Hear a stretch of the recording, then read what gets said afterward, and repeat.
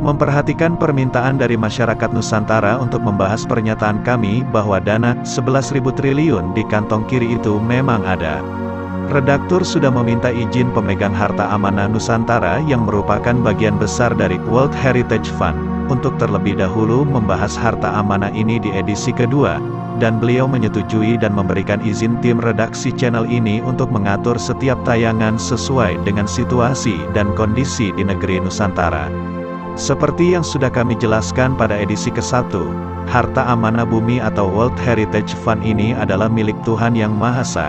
Harta amanah ini diberikan Tuhan kepada semua makhluk bumi melalui Nabi Adam alaihi salam dan negeri Nusantara. Secara estafet kemudian diamanahkan kepada Nabi Idris alaihi salam, Nabi Nuh alaihi salam, Nabi Daud alaihi salam, Nabi Sulaiman alaihi salam, dan Nabi Muhammad sallallahu alaihi wasallam sampai kemudian ke Raja Nusantara. Pengelolaan harta amanah bumi sepeninggalan Nabi Muhammad sallallahu alaihi wasallam tahun 632 Masehi dilanjutkan oleh bangsa Nusantara diwakili oleh Raja Nusantara saat itu. Mohon maaf, saat ini kami sensor siapa nama Raja Nusantara kala itu, karena kami belum mendapat izin untuk mempublikasikannya. Di edisi kedua ini, kami akan membahas propaganda keuangan yang mereka lakukan. Urusan keuangan dan perdagangan dunia ini berhubungan erat dengan strategi keuangan yang mereka lakukan secara legal untuk menguasai harta amanah Nusantara dan World Heritage Fund. Dimulai dari pengetahuan asal-usul harta amanah ini, bagaimana kemudian sepeninggalan Nabi Muhammad sallallahu alaihi wasallam, Raja Nusantara sebagai pemegang amanah untuk mengelolanya. Kemudian, karena keinginan dari salah satu kerajaan pengelola wilayah Nusantara untuk menguasai wilayah Nusantara, mereka mengundang VOC untuk membantu keinginan tersebut. Sampai kemudian VOC berbalik menyerang dan menguasai kerajaan tersebut. Kemudian melakukan politik adu domba antar kerajaan pengelola wilayah di Nusantara ini dan menguasai seluruh wilayah Nusantara. Bagaimana VOC memperalat kerajaan Holland yang saat itu adalah kerajaan boneka milik Perancis untuk dipakai namanya menguasai Nusantara. Bagaimana mereka membentuk Negara Kesatuan Republik Indonesia. Hal ini bertujuan guna menghentikan pembunuhan dan penindasan yang dilakukan VOC kepada rakyat negeri Nusantara. Inilah awal kerajaan Nusantara sebagai pemegang harta amanah bumi, merelakan pembentukan NKRI di wilayah Nusantara.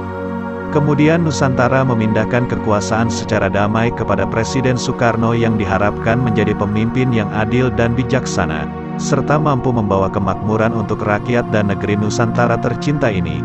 Bagaimana bersikerasnya mereka untuk membuat Nusantara tidak bisa bangkit sebagai pemimpin di bumi. Patut diingat dan dimengerti oleh bangsa Nusantara, harta amanah ini tidak hanya untuk kepentingan bangsa Nusantara sendiri, tetapi juga untuk seluruh penduduk bumi. Tidak memandang suku, agama maupun ras keturunan, semua makhluk bumi berhak atas harta milik Tuhan ini. Sejarah dari mulai Hotman bersaudara melakukan survei ke kerajaan Nusantara, VOC masuk ke Nusantara, nama Indonesia sampai perjanjian Giyanti dan tarekat Mason bebas akan kami paparkan di edisi selanjutnya. Silahkan ikuti terus channel ini dengan subscribe, like dan bagikan informasi ini ke semua orang. Jangan lupa tinggalkan komen dan pertanyaan-pertanyaan kalian semua. Proklamasi. Kami, bangsa Indonesia, dengan ini menyatakan kemerdekaan Indonesia. Hal-hal yang mengenai pemindahan kekuasaan dan lain-lain diselenggarakan dengan cara saksama dan dalam tempo yang sesingkat-singkatnya. Jakarta, 17 Agustus 1945,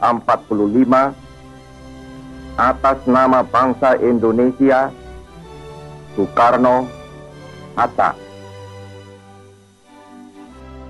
Kami dan kalian semua bisa melihat di teks proklamasi, pada kalimat, Hal-hal yang mengenai pemindahan kekuasaan dan lain-lain, diselenggarakan dengan cara seksama dan dalam tempo yang sesingkat-singkatnya. Yang dimaksudkan pada kalimat tersebut, adalah pemindahan kekuasaan dari Kerajaan Nusantara ke Negara Kesatuan Republik Indonesia. Satu kesatuan dengan pemberian mandat untuk penggunaan sebagian kecil harta amanah Nusantara untuk mensejahterakan rakyat Nusantara. Raja Nusantara adalah pemegang amanah dengan tanggung jawab yang sangat besar, yang mendorong beliau untuk lebih memikirkan keselamatan rakyat Nusantara dibandingkan dengan mempertahankan wilayah kekuasaan Kerajaan Nusantara di negeri Nusantara tercinta ini. Hal ini yang mendasari keputusan Kerajaan Nusantara untuk menyetujui proklamasi kemerdekaan Indonesia. Harapan utamanya adalah